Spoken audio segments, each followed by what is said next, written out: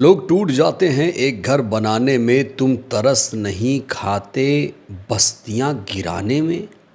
दोस्तों, एक ऐसा मुद्दा इस समय छिड़ गया है जिसको लेकर पूरे देश भर में चर्चा हो रही है। और चर्चा इस समय मायावती जी को लेकर बड़ी ज़्यादा हो रही है।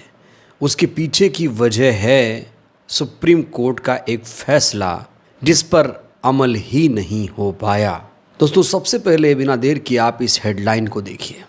सीजीआई गवई बोले, बुलडोज़र एक्शन का मतलब कानून तोड़ना। सरकार एक साथ जज, जूरी और जल्लाद नहीं बन सकती। सुप्रीम कोर्ट का कई सारा ऐसा निर्देश है, आदेश है कि आप बुलडोज़र एक्शन नहीं कर सकते। जब आप बुलडोज़र एक्शन करते हैं तो ये न्यायिक प्रक्रिया का उल्लंघन है। बुलडोज़र अलोकतांत्रिक है, असंवैधानिक है। सुप्रीम कोर्ट से तमाम तरह के दिशा निर्देश इसको लेकर जारी हो चुके हैं, आदेश भी जारी हो चुके हैं। लेकिन बड़ा सवाल ये है कि सुप्रीम कोर्ट की इतनी सख्ती के बावजूद भी धड़ल्ले से बुलडोज़र क्यों चल रहा है। दोस्तों, कुछ सुर्खियां मैं आपके सामने अब रखना चाहता हूं। ये हेडलाइन पहले देखिए, बाटला हाउस में चलेगा बुलडोज़र। एक और हेडलाइन देखिए, 11 दिन में 90 अवैध मदरसे बंद, 2 पर चला बुलडोज़र। श्रावस्ती समेत यूपी के इन जिलों में एक्शन जारी है। खबर ये आ रही है कि उत्तर प्रदेश में कई जगहों पर बुलडोज़र चल रहा है। और आप जानते हैं कि उत्तर प्रदेश के मुख्यमंत्री को बुलडोज़र बाबा के नाम से जाना जाता है, उन्हें ग्लोरीफाई किया जाता है। जबकि सुप्रीम कोर्ट और सुप्रीम कोर्ट की सीजीआई बी.आर. गवई बार बार कह चुके हैं कि भाई बुलडोज़र न्याय सही नहीं है, अलोकतांत्रिक है, असंवैधानिक है। सरकारें जज, जूरी, जल्लाद एक साथ नहीं बन सकती। सोचिए कितनी सख्त टिप्पणी है बी.आर. गवई की। लेकिन क्या इस टिप्पणी का कोई असर सरकारों पर हुआ? उन सरकारों पर खास तौर से जिन्होंने संविधान का शपथ लिया, वही सरकारें आज कहीं ना कहीं संविधान और सुप्रीम कोर्ट की धज्जियां उड़ाती हुई नजर आ रही हैं। लेकिन इस पूरे मामले में अब मायावती जी की एंट्री हो चुकी है। और मायावती जी की एंट्री इस संदर्भ में हुई है, लोग कह रहे हैं कि जो काम सुप्रीम कोर्ट नहीं कर पाया वो काम मायावती जी ने कर दिखाया। जी हाँ दोस्तों, बिल्कुल सही सुन रहे हैं आप। जब भी उत्तर प्रदेश में या कहीं भी बुलडोज़र एक्शन हुआ, मायावती जी ने इसको लेकर हमेशा से आवाज़ उठाई। और बुलडोज़र एक्शन जब होता है तो आप जानते हैं कि उसमें पीड़ित कौन होता है? एक खास समुदाय उसमें पीड़ित होता है। अगर किसी केस में आरोपी माइनॉरिटी से ताल्लुक़ रखता हो, उस समाज से हो, अल्पसंख्यक समाज, मुस्लिम समाज से हो, तो ख़ास तौर से उसके घर पर बुलडोज़र चल ही जाता है। अभी पिछले दिनों दोस्तों एक वाक़या हुआ जहाँ पर आई लव मोहम्मद विवाद शुरू हुआ। कुछ लोगों ने आई लव मोहम्मद कहा तो उनके घर पर भी कहा जा रहा है कि बुलडोज़र की कार्रवाई शुरू हो गई। यहाँ तक कि उनके खिलाफ केसेस दर्ज किए गए। तो बड़ा सवाल ये है, क्या ये जायज़ है? क्या अब कोई खुलकर आई लव मोहम्मद या जय भीम भी नहीं बोल सकता? हमारा देश संविधान से चल रहा है, संविधान सबको आज़ादी देता है। आर्टिकल 19 हमारे पास है, व्यक्ति की आज़ादी है। तो जो कुछ भी अभी हो रहा है या हो रहा था, उस पर मायावती जी ने कहा है हम लगाम लगा देंगे। बुलडोज़र एक्शन पर मायावती जी ने जो ऐलान किया दोस्तों, वो पूरे देश के मुसलमानों को सुनना चाहिए, जानना चाहिए।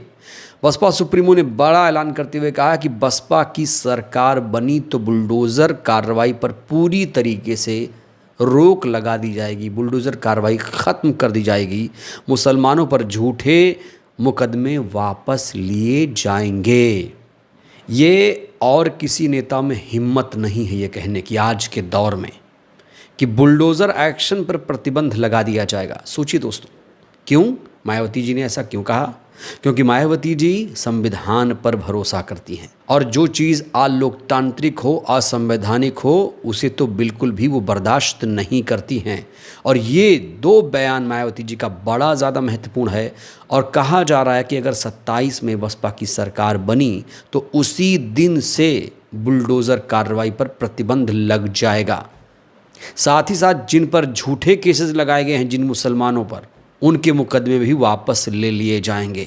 इसके अलावा मायावती जी ने मुस्लिम समाज से एक बड़ी अपील की। उन्होंने कहा कि भाजपा को हराना है तो सपा और कांग्रेस छोड़ बसपा से जुड़े मुसलमान एक बार मौका देने की बहन जी ने अपील की है मुसलमानों से।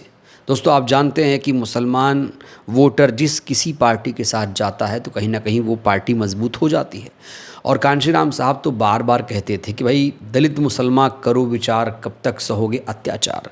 आज दलितों के खिलाफ, मुसलमानों के खिलाफ किस तरीके से एट्रोसिटीज़ हो रही है, किस तरीके से अत्याचार हो रहा है दोस्तों, ये किसी से छुपा नहीं है। और दलितों के खिलाफ जो उत्पीड़न हो रहा है, मुसलमान भी कहीं ना कहीं उसमें पीड़ित है, क्योंकि मुसलमान खुलकर किसी चीज़ का इजहार नहीं कर सकता, वो सरकार से सवाल नहीं पूछ सकता। ऐसी हालत हो गई है मुसलमानों की इस देश में। तो अगर कोई मुसलमानों को इस दलदल से निकालना चाहता है, जिस दलदल में वो फंसा हुआ है, और कोई पार्टी उसे इस दलदल से नहीं निकाल पाएगी, ना ही वो ये बोल पाने कि हम ऐसा करेंगे, तो फिर क्यों नहीं मुसलमानों को बसपा का साथ देना चाहिए? ये दोस्तों अपने आप में बड़ा सवाल है। और अगर आप जाकर सर्वे कर लें अपने आसपास, तो मुसलमान कहीं ना कहीं डरा हुआ महसूस कर रहा है। उससे अगर बात करिए किसी मुद्दे पर, पूछिए महंगाई है, बोलेगा नहीं भाई हम नहीं जानते हैं। बोलेगा बुलडोज़र एक्शन होना चाहिए, तो कैमरे पर तो कुछ नहीं बोलेगा, वैसे तो कहेगा भाई बुलडोज़र एक्शन नहीं होना चाहिए। तो जो मुसलमानों की हालत है बहुत दयनीय हो गई है। सोचिए, एक मसीहा मुसलमानों के लिए इस समय बन चुकी है मायावती जी, क्योंकि मायावती जी ने मुसलमानों की उस समस्या को जड़ से ख़त्म करने का सीधा सीधा ऐलान कर दिया है। और दोस्तों कहा जा रहा है कि शायद ही देश में ऐसा कोई नेता हो जो इस तरीके से मुसलमानों की समस्याओं को समझे और उनकी समस्याओं का समाधान करे। सोचिए, सुप्रीम कोर्ट ने बार बार कहा भाई बुलडोज़र एक्शन गलत है, गवई साहब बार बार निर्देश देते रहे, लेकिन इसका पालन धरातल पर नहीं हो पाया। सुप्रीम कोर्ट का एक ऑर्डर बहुत मायने रखता है, सुप्रीम कोर्ट की एक टिप्पणी बड़ी मायने रखती है कि भाई बुलडोज़र एक्शन पर प्रतिबंध होना चाहिए। गवई साहब का ये आदेश है, लेकिन हुआ क्या? कायदे से तो पूरे देश में बैन हो जाना चाहिए बुलडोज़र। देखिए दोस्तों, बुलडोज़र दो तरीके से चलता है। ऐसा नहीं है कि बुलडोज़र हमेशा ही गलत होता है। जैसे किसी ने अतिक्रमण कर लिया, रोड पर घर बना लिया, तो आप उसके घर को गिराइए। लेकिन बुलडोज़र यहाँ गलत है कि किसी व्यक्ति पर आरोप लग जाए, वो किसी केस में आरोपी हो जाए और आप उसका घर ही गिरा दें।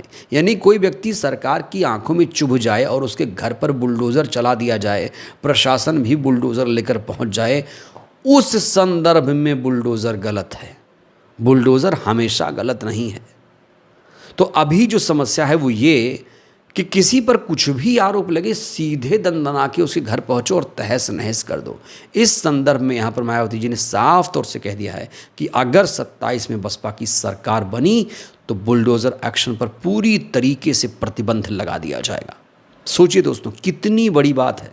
आज देश में 13 राज्यों में गैर भाजपा सरकार है। क्या किसी सरकार ने मुसलमानों को ये आश्वासन दिया? तो मुसलमानों को अब सोचने समझने की यहाँ पर ज़रूरत है। उसको इस बयान पर ठंडे दिमाग से गौर करने की ज़रूरत है कि किस नेता ने, मायावती जी कोई छोटी नेता नहीं है दोस्तों, बड़ी नेता हैं, तो जो कहती हैं वो करती हैं। तो अब मुसलमानों को यहाँ पर विचार करना है एक बार फिर से। वोट तो डालता ही है मुसलमान, तो दलित तो अब बीएसपी के साथ कहा जा रहा आ रहा है। अब मुसलमान जब आएगा तभी सरकार बनेगी, और शायद इसीलिए बहन जी ने मुसलमानों के लिए इतना बड़ा ऐलान किया है। बहरहाल दोस्तों, इस वीडियो में इतना ही। आपको क्या लगता है, क्या मुसलमान इस बार बसपा के साथ आएगा? और अगर मुसलमान भाई ये वीडियो देख रहे हैं तो आप लोग बताइए, बहन जी का ये जो ऐलान है आपको ये कैसा लगा? क्या आप बहन जी पर यकीन करते हैं? राय दीजिएगा। बहुत बहुत धन्यवाद।